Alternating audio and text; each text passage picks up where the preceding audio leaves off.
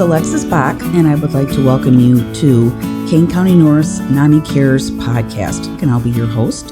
And I'd like to thank Lori Husky, the current president of NAMI Kane County North, for being with us.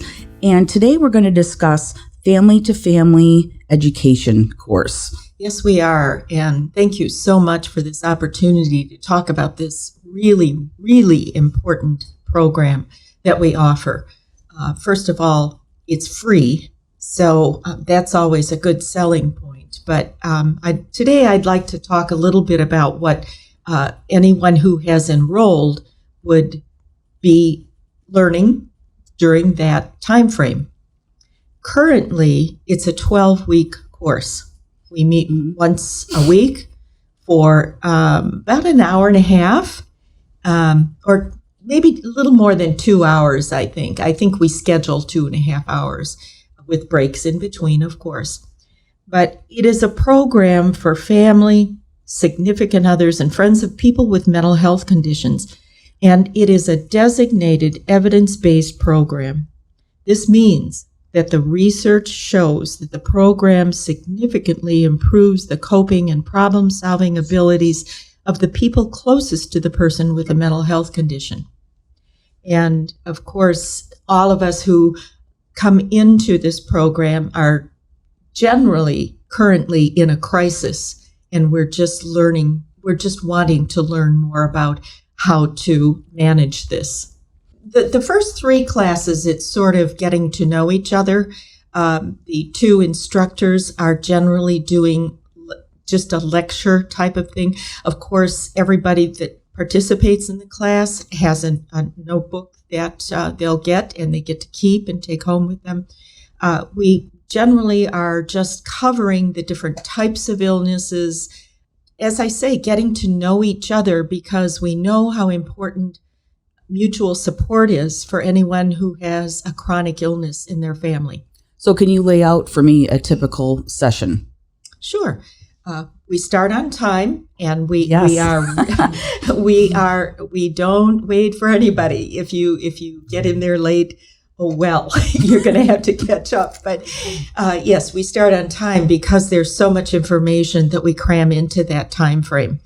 So we start by introducing ourselves, and the co-teachers will offer information about why they came into NAMI. Maybe a little background about their family members, and then we go around the room. We talk a little bit with each person. Of course, some people are, as I say, in crisis when they come into this course. No one is required to speak. If they want to just sit and listen, that's totally acceptable. If not, they can just say pass. Absolutely, they can. And as we get through the courses, initially it's just the 2 instructors who will be talking, and we share those responsibilities so you don't get sick of any one person's voice. We often stop and offer a little, perhaps personal information about how something like that pertained to us, whatever the discussion is about. And later in the course, we have class participation and ask other class members to read the information that we're all sharing. What are the general topics that you cover during the 12-week span of the course? I'm glad you asked. And before I get into that, I do want to tell you that the NAMI National is shortening the course. It's currently being tested in 4 different states. And I think that's it. We're looking at it being 8 weeks, which is welcome for participants as well as the instructors. So some of the topics that we talk about, we find are universal things that all family members or somebody who loves someone with a mental illness go through. First of all, we're going to learn how to effectively communicate and solve problems. Mm-hmm. We all have our own family dynamics, and we all react to a crisis situation in perhaps a different way. We're going to teach people to respond rather than react.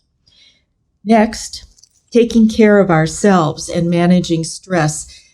It's very, very difficult for family members when someone is chronically ill, and Yes.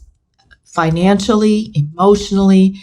And if the caretaker is falling apart as well, then you're really not helping the situation. No. So we talk to people and introduce them to some ideas about how to take care of themselves. We talk about meditation. We talk about mindfulness, which is something we can all practice.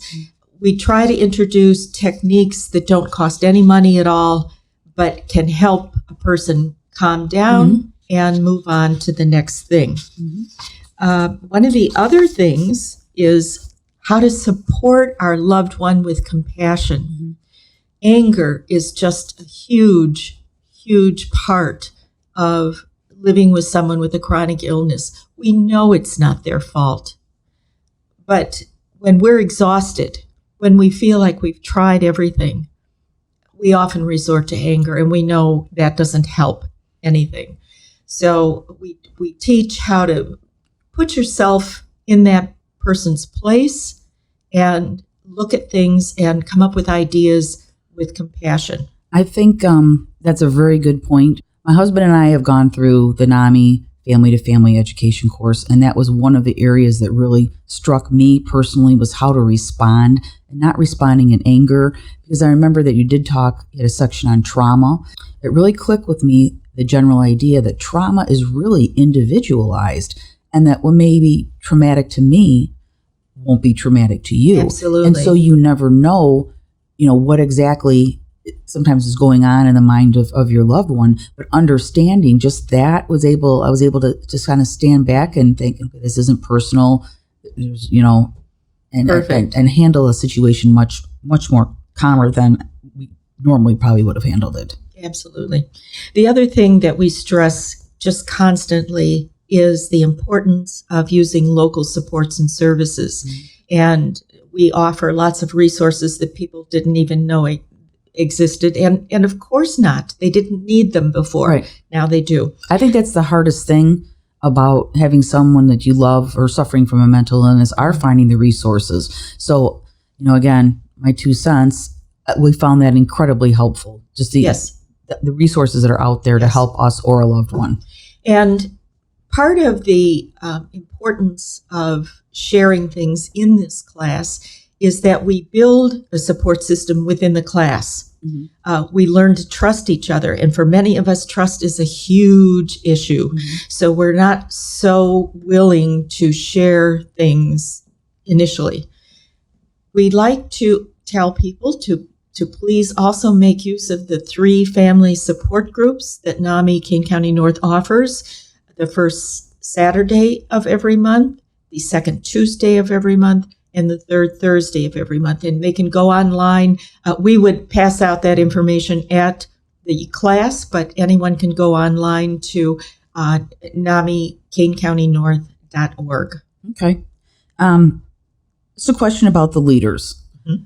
How are the leaders trained, or what qualifications do they have that allow them to be able to lead these groups? The first qualification is that we are family members. We love someone with a mental illness.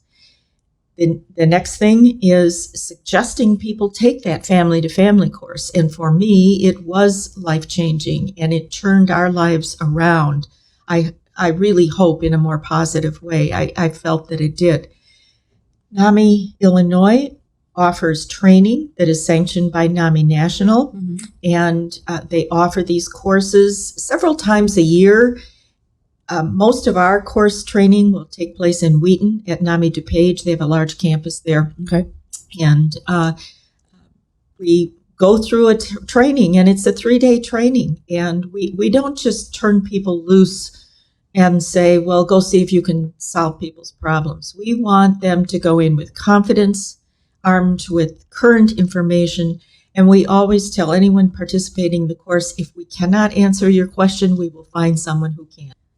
I did have another question, and you touched upon it earlier, because I know personally, I'm sure you know, that it can be very hard to open up to others about mental illness issues.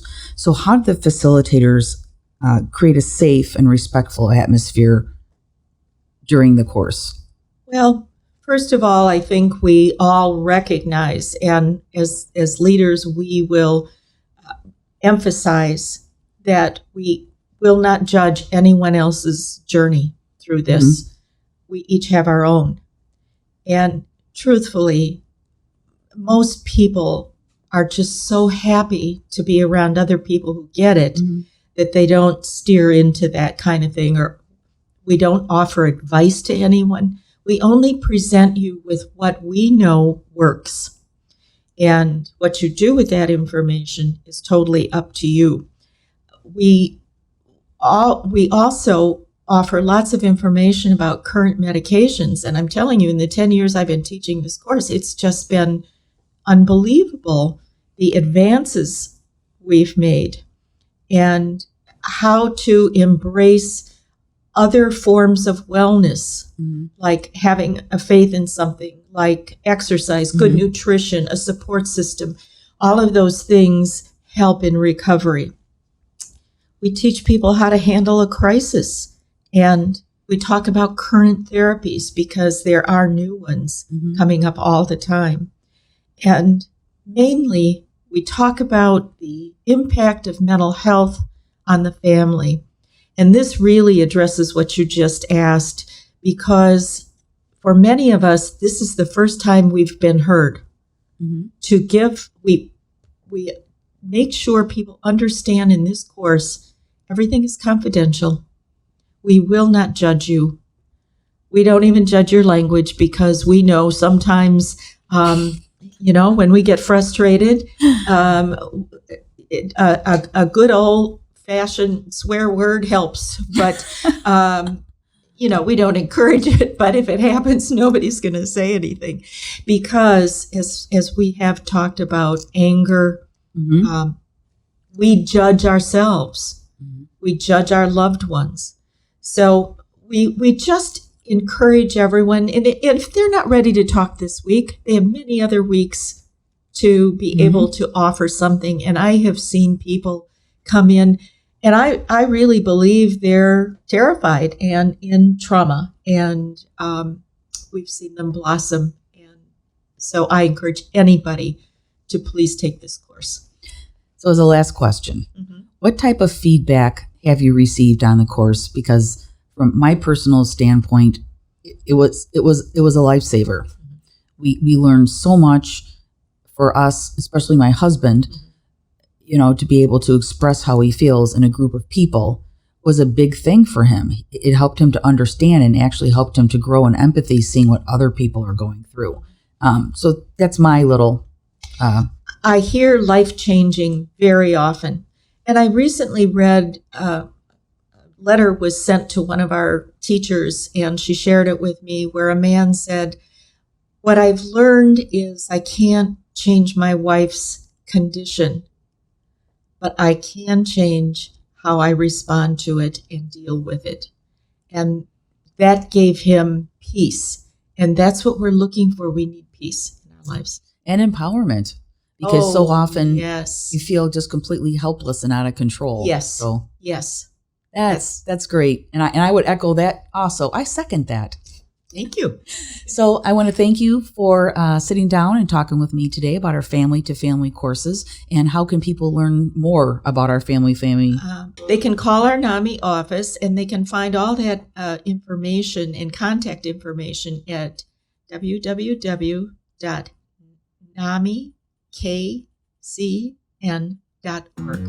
Thanks so much for the information today, Lori, and we'll see you next time.